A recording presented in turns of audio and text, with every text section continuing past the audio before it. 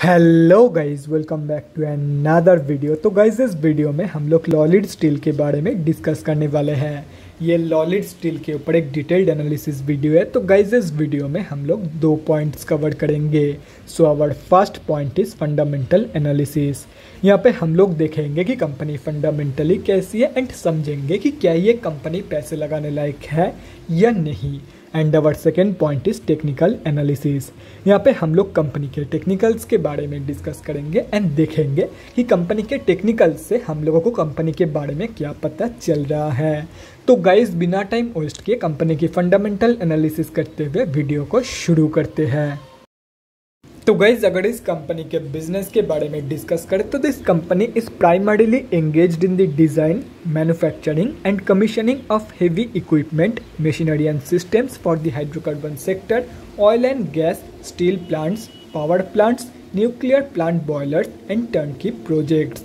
इस बिजनेस में ये कंपनी 1974 से है, मतलब अपनी फील्ड की ये एक बहुत ही पुरानी एंड एक्सपीरियंस्ड कंपनी है।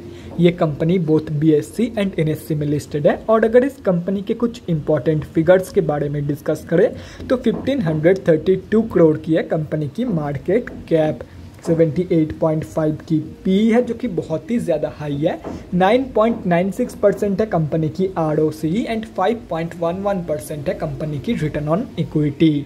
लास्ट 6 मंथ्स के रिटर्न के साथ साथ लास्ट 3 साल की सेल्स ग्रोथ भी नेगेटिव में जा चुकी है इस कंपनी की। कंपनी अभी बुक वैल्यू से बहुत ही ज़्यादा ऊपर ट्रेड कर रही है। डिविडेंड यील्ड 0.32% है, फेस वैल्यू 1 रुपये की है एंड प्रोमोटर्स की होल्डिंग 1.73% प्लेज हो रखा है। अब अगर इस कंपनी के कुछ पॉजिटिव्स एंड नेगेटिव्स के बारे में डिस्कस करें तो गाइस सबसे पहले पॉजिटिव्स चेक कर लेते हैं। तो company is expected to give good quarter, जो कि अकॉर्डिंग टू मी ये एक बैकडेटेड पॉइंट है क्योंकि जून क्वार्टरली के रिजल्ट ऑलरेडी आउट हो चुके हैं एंड मुझे नहीं लगता कि इतनी जल्दी ये स्क्रीनर वाले जो है वो सितंबर क्वार्टर की रिजल्ट को प्रेडिक्ट कर पा रहे होंगे। Maybe I am wrong, बाकी आई डोंट नो। कंपनी की लास्ट 5 साल की जो प्रॉफिट ग्रोथ है वो अप्रॉक्सीमेटली 41.5% CAGR है, जो कि 5 साल की कंपेरिजन में बहुत ही बढ़िया है। एंड लास्ट क्वार्टर में प्रमोटर्स की होल्डिंग 4.25% इंक्रीज हुई है। और अगर नेगेटिव्स में देखा जाए तो कंपनी बुक वैल्यू से बहुत ही ज़्यादा ऊपर ट्रेड कर रही है। कंपनी की लास्ट 5 साल की सेल्स ग्रोथ नेगेटिव में जा चुकी है। लास्ट 3 साल की जो रिटर्न ऑन इक्विटी है वो अप्रॉक्सीमेटली 2.63% है and company might be capitalising the interest cost. अभी अगर इस कंपनी के क्वार्टरली रिजल्ट के बारे में डिस्कस करें तो जून क्वार्टरली की रिजल्ट आप लोगों के सामने है। जून की क्वार्टर में कंपनी ने अप्रॉक्सीमेटली 51 करोड़ की सेल्स जनरेट किया है एंड अप्रॉक्सीमेटली 10 करोड़ की प्रॉफिट, जो कि एक रिकॉर्ड ब्रेकिंग रिजल्ट है इस कंपनी के लिए, जैसे कि यहाँ पे आप लोग देख सकते हो।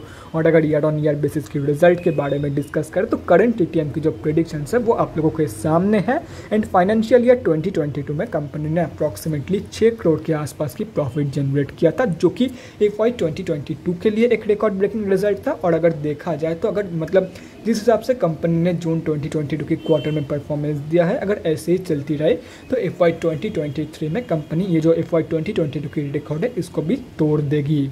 और रही बात कंपनी की बैलेंस शीट की तो गाइस फाइनेंशियल ईयर 2022 में कंपनी की रिजर्व के साथ साथ डेट भी इंक्रीज हुई है, लेकिन अगर देखा जाए तो डेट ज़्यादा इंक्रीज हुई है कंपेयर टू कंपनी की रिजर्व, मतलब बैलेंस शीट की हेल्थ डिटोरिएट हुई है इन FY 2022।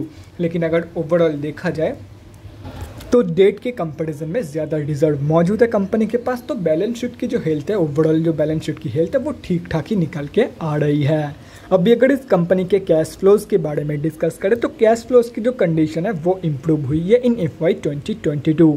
FY 2021 में कंपनी के पास 0 करोड़ की कैश फ्लोज मौजूद थी, जो कि अभी इम्प्रूव होकर पॉजिटिव 7 करोड़ की हो चुकी है। और रही बात शेयर होल्डिंग पैटर्न की तो गाइस जून क्वार्टरली की शेयर होल्डिंग पैटर्न आप लोगों के सामने है। जून की क्वार्टर में प्रमोटर्स की होल्डिंग इंक्रीज हुई है, बाकी FIIs एंड DIIs दोनों ने ही सेलिंग करी है इन जून क्वार्टर। एंड अगर एंड ऑफ द क्वार्टर देखा जाए तो पब्लिक से माल उठाया गया है। एंड अगर पब्लिक में डिस्कस करें तो गाइस यहाँ पे आप लोग देख सकते हो पब्लिक में किसी भी बड़े रिटेलर की होल्डिंग नहीं है, मतलब इस कंपनी में हम अब जैसे छोटे मोटे रिटेलर की जो होल्डिंग है वो अप्रॉक्सीमेटली 42.29% के आसपास निकल के आ रही है।